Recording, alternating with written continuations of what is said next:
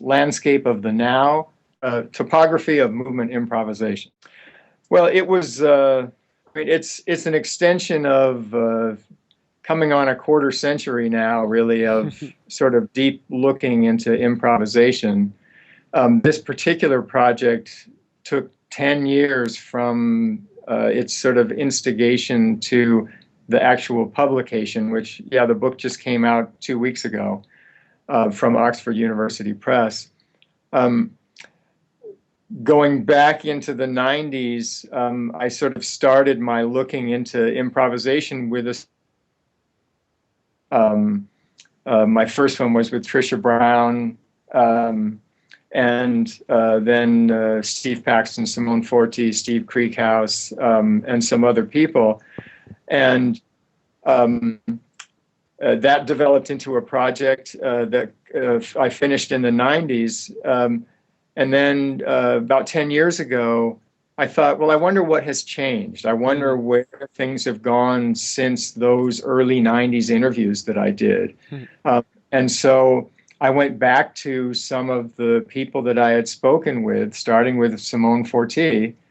And she and I had taught at UCLA together in the meantime, and she had moved to LA from Madbrook, and I had moved around, and a lot had happened for us. And so we sat down and talked again, you know, just that kind of touching base about what had changed for her and what was she thinking about now.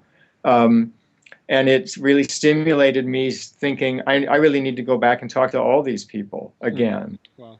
And add a couple of extra ones. And so over the course of about 4 years, whenever I could sneak away, I would go to interview someone, always intentionally in their home space, because I wanted them to feel really comfortable. So I would, when I would go there, I would ask them to sit down, you know, where they would normally sit, you know, in their house when they were really, you know, talking or thinking about something. And that was the beginning of the project. A number of questions came out of the end of my project in the 90s. I mean, it sort of started with a simple question, which was, how does improvisation work? And came out with a series of complex questions or sort of subject matter that different people had talked about, that it was clear that people were experiencing and working with. But I didn't have answers. The end of that project was a series of questions. And so this project really started where that one ended, which was I went with those questions to these people and said, well, what about this? What about the audience-improviser relationship? What about spirituality or the transpersonal? You know, to really sort of dig further and deeper into the ideas that I knew they were working with from the previous project. And the book, it could have been focused on them as people, because, you know, you're talking about Nancy Stark Smith and Ruth Zaporah and Lisa Nelson and these amazing personalities. Yeah. But really, I was interested much more in the process of improvisation. Yeah. So the questions became the focus rather than the people. Yeah.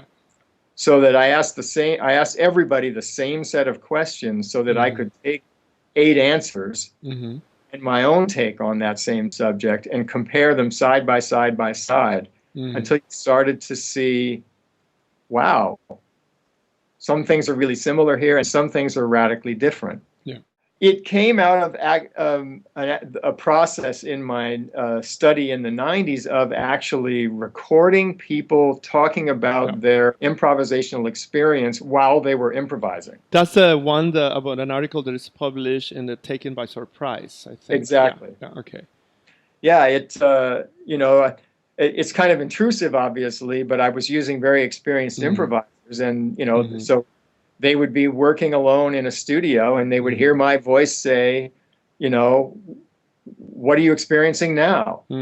They would just, whatever they were feeling, talking, thinking about, what they were moving with, they would just say it. And so I just started to catalog those things and compare them, you know, by having 2 or 3 improvisers come together and talk about it. Say, so and so was really working with this idea. Is that something you work with? And it was always interesting to hear somebody say, oh yes, I think about that all the time, or no, I don't think about that at all. I wouldn't do that on a bet. And so it's fascinating to see how something crucial to one improviser is not even improvisation to somebody else. Well, the book is divided into what emerged from talking with everybody, which is that there were issues that they were dealing with, and that there were resources that they were drawing. And the issues are questions like the audience improviser relationship. It's very different when you're alone in the studio moving to when you're standing in front of 500 people moving in performance. Why is it different? How is it different? What do you notice? How does that affect you? So these issues. What is good? How do you decide at the end of an improvisation that was a good improvisation or a bad improvisation? Or do you even think about the question of whether it was good or not? And so looking at those ideas, the tracking is another one for me, where experienced improvisers have this sense of where they've been, but I don't think they consciously are sitting around thinking, well, what did I do 5 minutes ago, and can I use that again? And yet it emerges. I've been in a 30-minute improvisation with somebody, and moved on from an idea, and then suddenly it reemerges, unbidden. So somehow myself and my partner were experiencing, remembering something that came before, and there it is again. How does that happen? So I was really looking at issues like that, and then just the basic resources that we're working with: body, movement, the senses, space, time.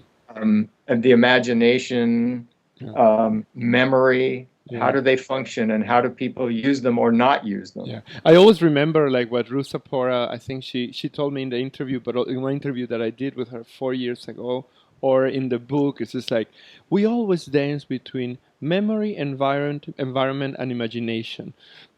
So of course in environment then is all the perceptual and sensation realms, and because that's one of the things that is also my question for you is, why do you think, I try to ask myself this question very often, why do you think improvisation is interesting or relevant to understand it? Because it can be really kind of say, that's improvised, but in the level of humanness, perhaps there is something there. There's definitely something there. I'm actually working on a new essay for a compilation that's being put together by Oxford, and I'm looking at that very question. Like why have choreographers, in that sort of old style choreographer idea over the course of the last 30 years or whatever, incorporated more and more live moments, improvised moments, both in process and in performance. What are they looking for? And I think, certainly one of the issues for me, and there's a quote from a scholar who was actually writing about like English literature from the 1800s or something, but he used the term improvised subjectivity. And, the idea of seeing in real time somebody negotiate the world around them. What does it mean to them? What are they experiencing? Why are they making decisions? It's very different, I think, for an audience to look at something that has been pre-created and then just performed in front of them, versus realizing that they are seeing that negotiation happen right now. And I think that brings the humanness of the performers more to the fore. And I've been here in Impulse Dance, and we have here Alvin Ailey, that is a philosopher of mind, and he's kind of teaching this class on perception and organized activity, and it has been kind of really interesting. Then how, of course, he had experiences with Lisa Nelson, then, and we actually had conversation for a long time ago, and then how he's in the dance context, bringing a lot of things that had been explored in the dance world from a kind of mostly through the lineage of Judson and Grand Union, through a lot of this, what I call this kind of phenomenological praxis, and Yep. then it's literally he's learning a lot. He's like he loves to be surrounded by all these inquiring minds, but then I wonder, it's like what's this, what is actually important about this moment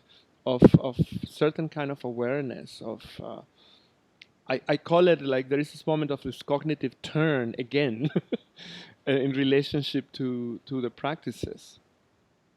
Well, and I think that we have, in a way, through physical practice, blown the doors open about cognition to some degree. Mm-hmm. Both mindfulness practice that's happened out there, contemplative practices, and improvisational practices have opened out. Cognition is not the computer in your brain. Yeah.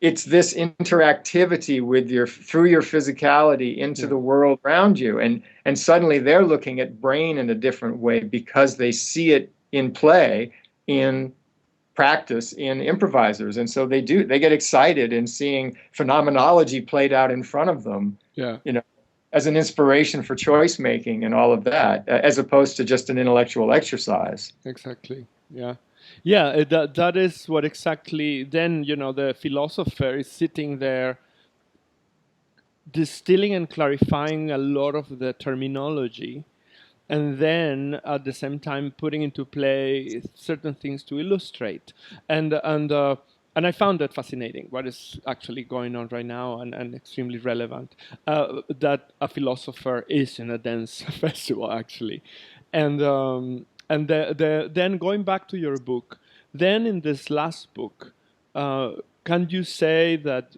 you found commonalities? Can you unpack something for us, like something that you found, perhaps, that it was either surprising or new for you? One of the things I think I knew, but the book really brought out, that the study really brought out, is that the set of resources and issues that any one improviser is working with they're not all the same by any means. So that some things that literally are fundamental to one person. I'm thinking of say Lisa Nelson and the work that she does around sensing and the physicality of sensing and all of that. You can ask another fully experienced improviser, and they'll say, "Don't do it. Don't think about it. Don't want to think about it." And so, that's one of the things, is that because there's so many resources, so many categories, so much information that we can take in, where you put your focus is a very individual thing.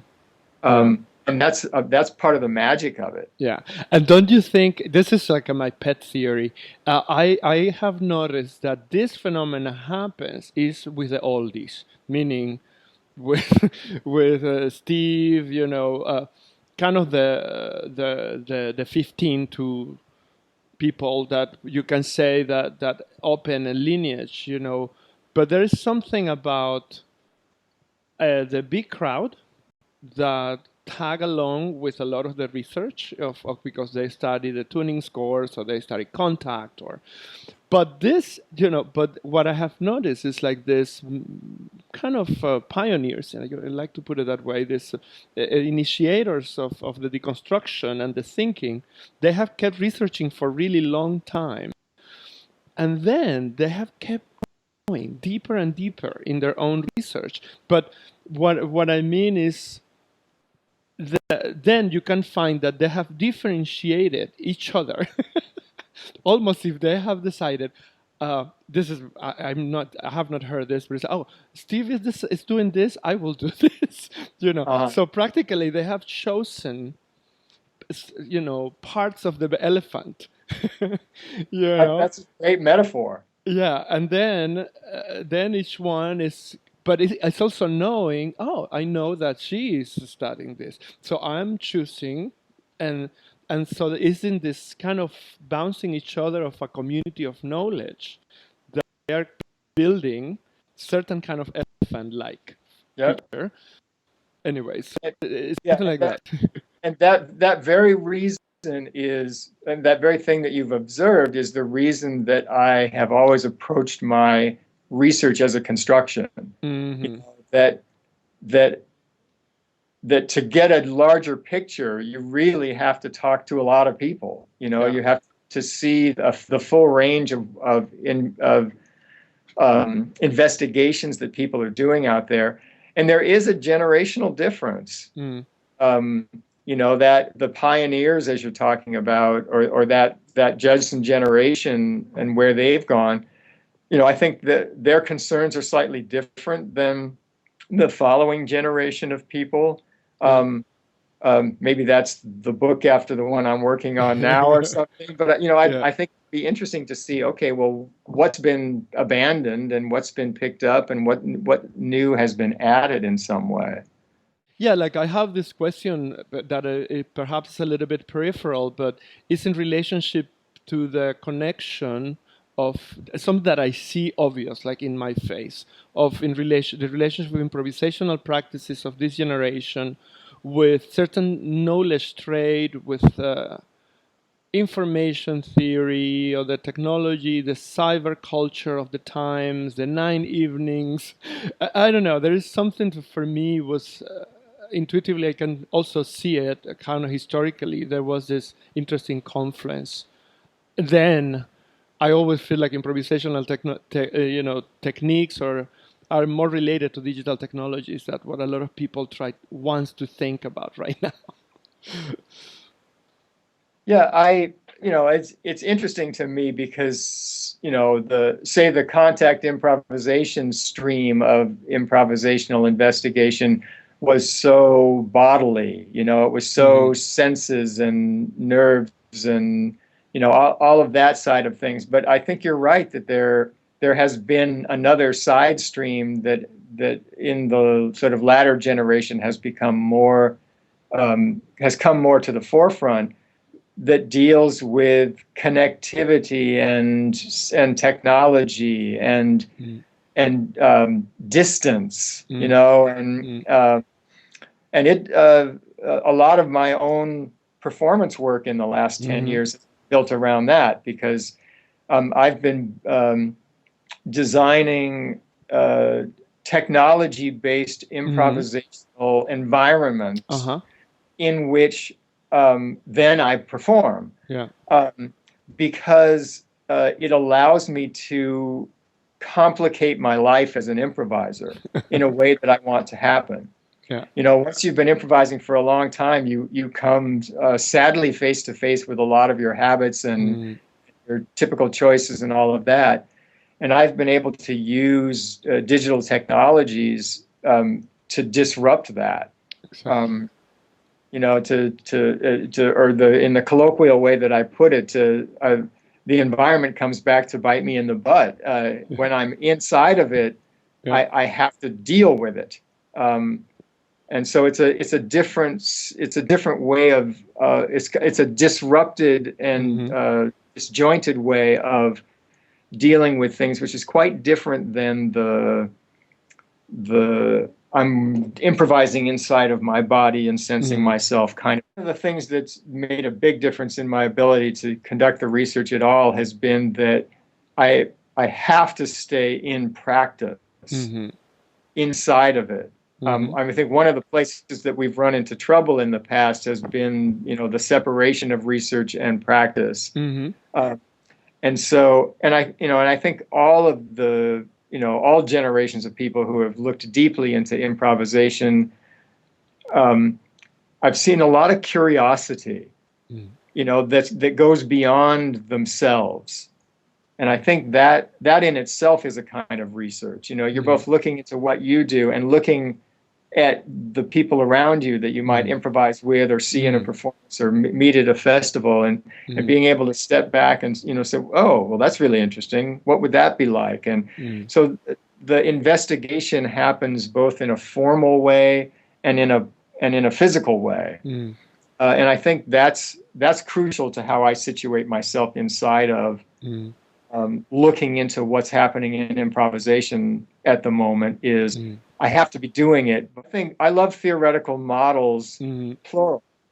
And I think that's been the sort of third track: my embodied practice, my ethnographic practice, you know, research, and then this connecting with science. Connecting with science is, you know, this idea that there are many fields of science out there that are trying to understand behavior, animal behavior, insect behavior, you know, human behavior. They're looking at all of these ways, or systems, you know, looking at systems theory, looking at complexity, looking at all of those things.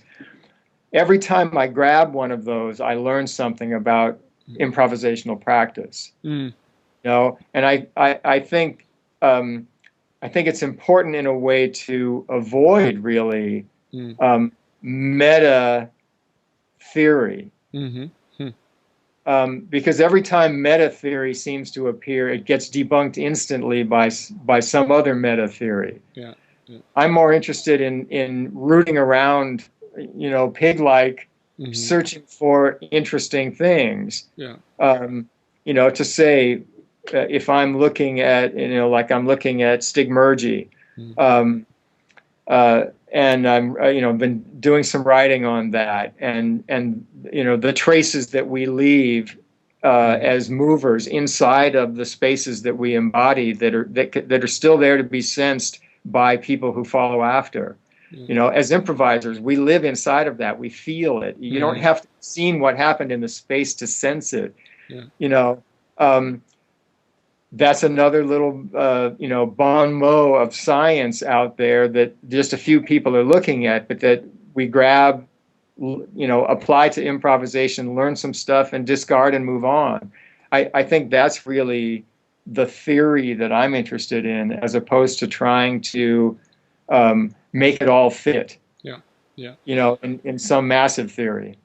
And then I think for me, improvisation has a real importance, and we've seen it emerge more over the course, you know, as technology has invaded or connected to our lives, as things have become more disjointed and all of that socially, as we've come more face to face with difference because of the globalism, all of that.